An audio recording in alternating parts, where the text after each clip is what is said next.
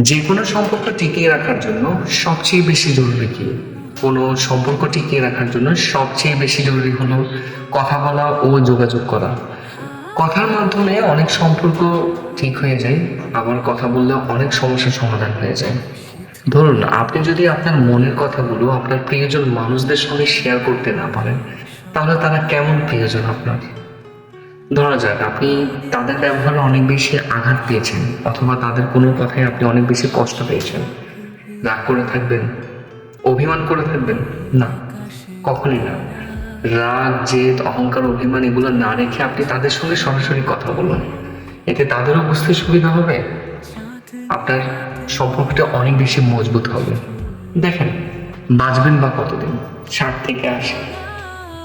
কেন সুন্দর সময়গুলো নষ্ট করছেন? কেন সুন্দর মুহূর্তগুলো নষ্ট করছেন? একসময় বয়স হয়ে গেলে তখন আফসোস ছাড়া আর কোনো কিছুই থাকবে না। কেন প্রিয়জন মানুষদের সঙ্গে সময় কাটাবেন না? আপনি জানেন আপনি মানুষটি সঠিক, কিন্তু অপর প্রান্তের মানুষটি সঠিক না।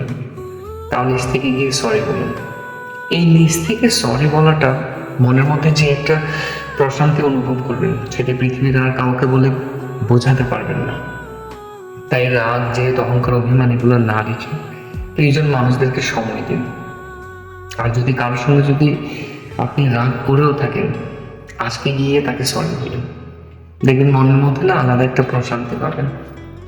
তাই কথা বলে প্রিয় মানুষগুলোকে মায়ে ফেলুন, কথা বলে ভালোবাসা ছড়িয়ে দিন। আর সবচেয়ে আরেকটি গুরুত্বপূর্ণ বিষয় হলো, কথা বলে মানুষকে মেরে ফেলা যায়, কথা বলে মরতে যাওয়া মানুষকে বাঁচানো যায়। কথা একটি হাতিয়ার, কথা একটি শিল্প।